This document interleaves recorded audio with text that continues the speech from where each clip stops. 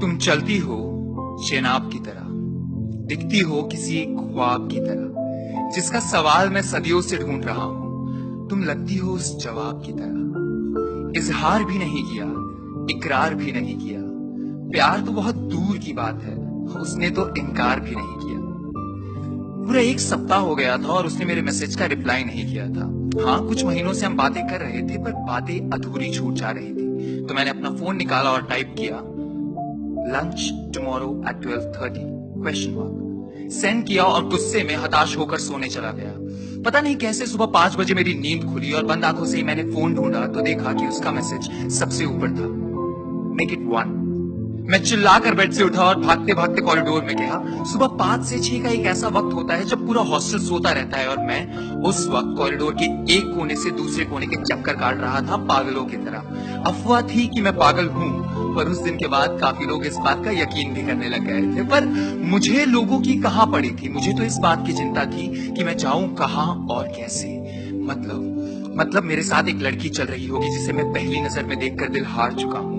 जब उसका मैसेज भी पढ़ता हूं तो मेरा दिलो दिमाग मेरे काबू में नहीं रहता। वो तस्वीर देख लेता हूं उसकी तो एक पल को कहीं खो सा जाता हूं। वो अगर सड़क किनारे दिख जाती है तो मैं हड़बड़ाकर रास्ता बदल लेता हूं और आए दिन उसी मोड़ पर रुककर मैं वहां उसका इंतजार करता हूं। वो मेरे साथ बाहर लंच पर आ रही है और मुझे उसके सामने बैठकर अपने पूरे होशो हवास में रहना है। अरे कोई तो बता दो कैसे। मैंने अपने आप को समेटा और वापस रूम में गया। अपने दोनों रूममेट्स को उठाया और उन्हें सब कुछ बताया और एक पल को तो उन्हें भी समझ नहीं आया कि उस लड़की ने मुझे मिलने के लिए हाँ कैसे कर दी। फिर हम तीनों ने मिलकर पूरा निरीक्षण किया। हमने एक ऐसा रेस्टोरेंट ढूंढा जो हमारे हॉस्टल से करीबन थोड़ी दूरी पर हो, ताकि वहां के आने जाने के रास्ते में हमें इतना वक्त मिल सके कि हम एक दूसरे को और अच्छे से जान पाए, और वो साथ ही साथ मेरे बजट में भी हो। उन्होंने बहुत कुछ समझाया मुझे, इतनी दलीलें पेश की उन्होंने जितनी शायद सरकार ने डिमोनेटाइजेशन के वक्त भी नहीं दी होगी, और देते भी क्यों नहीं, because that was my first date ever. 21 सालों से मैंने उस लम्हे को अपने पास महफूज रखा था और उस रोज मैं उसे किसी के साथ बांटने जा रहा था। उस दिन में एक अलग सी बात थी, मानो लग रहा था कि 21 सालों से वो दिन बस मेरा इंतजार कर रहा है। Blue is my favourite colour, तो अपने गिने चुने कलेक्शंस में से सबसे अच्छी ब्लू शर्ट निकाली। बॉयज हॉस्टल में जो सबसे महंगा परफ्यूम होता है उसे मांग कर लगाया और समय से पहले ठीक 12:30 बजे मैं अपने कमरे से निकला ताकि मैं वहां पहुंचकर उसका इंतजार कर सकूं। उसी बीच उसका मैसेज आया। मैंने फोन में देखा तो लिखा था कि sorry comma I will take a bit more time to get ready, so can we meet at 1:30। ना करने की तो गुंजाइश ही नहीं थी। मुझे ऐसा लगा जैसे खुदा मुझे वक्त दे रहा है कि फुर्सत से तैयार हो जाओ उसे पहली बार इतनी करीब से देखने के लिए। तो मैं 1 बजे ठीक वहां पहुंचा। जैसे जैसे वक्त बीतता गया मेरे दिल की धड़कनें तेज होती गई और दिमाग तो कब का काम करना बंद कर चुका था। मैं इसी बात की रिहर्सल कर रहा था कि मैं उसे हाय कैसे कहूंगा, कि मैं उसके साथ हैंडशेक करूं या फिर बस वेव करके छोड़ दूं। फिर सोचा हैंडशेक कर लूंगा, इसी बहाने एक बार उसका हाथ थाम तो पाऊंगा। पता ही नहीं चला इस बीच कब 1:30 बज गए और मेरा फोन बजा। मैंने देखा तो उसका मैसेज था, I guess I can see you.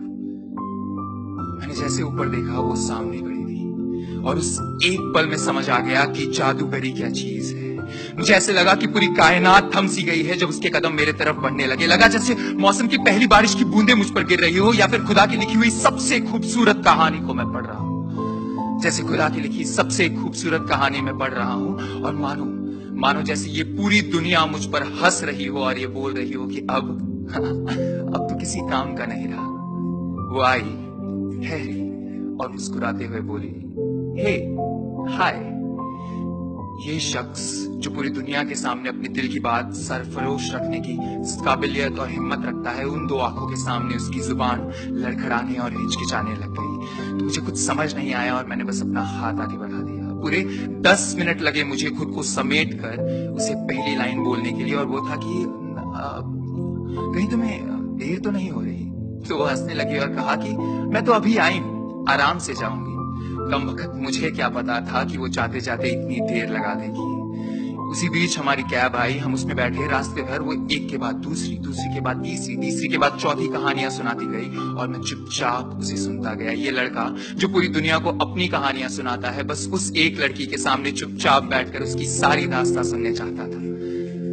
गाड़ी ने हमें डेस्टिनेशन पर उतारा। वहां से रेस्टोरेंट महज 100 मीटर की दूरी पर था, पर मैं वहां भी रास्ता भूल गया। शायद वो भी सोच रही होगी कि किस पागल के साथ बाहर आ गई है। जैसे तैसे करके हम रेस्टोरेंट तक पहुंचे। वहां मैंने टेबल लिया और मेन्यू कार्ड हाथ में पकड़ते हुए उसकी तरफ बढ़ाया और कहा, मुझे खाना ऑर्डर करना नहीं आता। तो उसने कहा, अरे ये क्या बात हुई? अच्छा बताओ क्या खाओगे? मैंने कहा, कुछ भी जो तुम्हें पसंद हो। और उसके बाद एक एक कर मैं अपने सारे राज उसके सामने रखता गया और वो उन्हें मोतियों की तरह एक एक कर उठाकर किसी धागे में पिरोती गई। उस एक पल में लगा कि जैसे कुछ और ही सोचा था दिल हारने से पहले, पर तुम ऐसी ही तो अच्छी हो। खाना खत्म किया हमने और मैं उठने ही वाला था, इतने में उसने दोबारा पूछा, अच्छा अब? मैंने कहा, हाँ अब। उसने कहा, हाँ खाना तो हो गया, अब कहाँ जाना है? और मुझे कुछ समझ नहीं आया कि क्या बताना है, क्योंकि मेरे सिलेबस के हिसाब से खाना खाने के बाद हम तो हॉस्टल जाने वाले थे। इतने में उसने दोबारा पूछा, अरे बताओ तो कहाँ जाना है? मंदिर यहाँ पास में एक मंदिर है, वहां चले? उसने कहा, हाँ चलो चलते हैं। रेस्टोरेंट से बाहर निकलते वक्त मैंने झिझकते हुए पूछा कि बाहर मौसम थोड़ा खराब है, अगर बारिश हो गई तो? उसने कहा, कोई बात नहीं, घबराओ मत, मैं एक छाता लेकर आई हूँ और वैसे भी आज बारिश तो होने से रही। And in that very moment, with all my heart and soul, I so very much wanted it to rain so that we could walk together in that one umbrella which he brought. पर खुदा भी तो हमेशा उसी की तरफ रहता है, तो नहीं हुई बारिश। सड़क के साथ साथ हम आगे बढ़ते रहे और बढ़ते कदमों के साथ मैं कभी लड़खड़ाता, कभी हिचकिचाता, तो कभी बातों में गड़बड़ाता। उसने मुझे बताया कि किस तरह वो अपनी घर की सबसे लाडली बेटी है, उसे क्या पसंद है, क्या नापसंद है, कैसे वो एक बार हाथी की सवारी करते हुए उस पर से गिर गई थी और कितना ही पागलपन है उसमें जो वो अब भी जीना चाहती है। और मैं लफ्ज ब लफ्ज उसकी हर एक कहानी, हर एक बात को महसूस करता रहा। मुझे पूरी उम्मीद थी कि इस मुलाकात के बाद हमारे बीच कुछ ना कुछ बात तो बन जाएगी, पर देखते ही देखते हमारी बातें होना बंद हो गई। मैं समझ गया था कि उसकी तरफ से कुछ नहीं है, पर मैं उसे एक बार बताना चाहता था कि कितनी खास है वो मेरे लिए, और मुझे समझ नहीं आ रहा था कि कैसे और कब। कई महीने बीते और मैंने फिर से हिम्मत करके उसे दोबारा मिलने के लिए पूछा। हाँ, इस दरमियान हमारी इक्का दुक्का बातें होती थी। मैं अब भी अपने सारे राज उसके सामने खुले छोड़ता था कि वो एक बार उन्हें फिर से उन मोतियों की तरह उठाकर किसी धागे में पिरोए।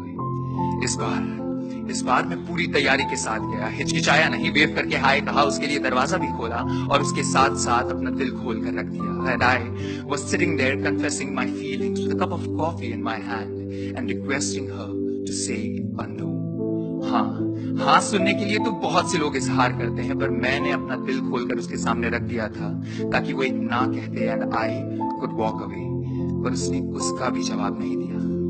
मैं आज भी सोचता हूँ कि अगर शायद उसने उस दिन एक जवाब दे दिया होता तो मैं उस कहानी को एक अंजाम तक ले जाता। अपने हिस्से का मैंने एक इनकार ही तो मांगा था और उसे वो भी गवारा ना हुआ।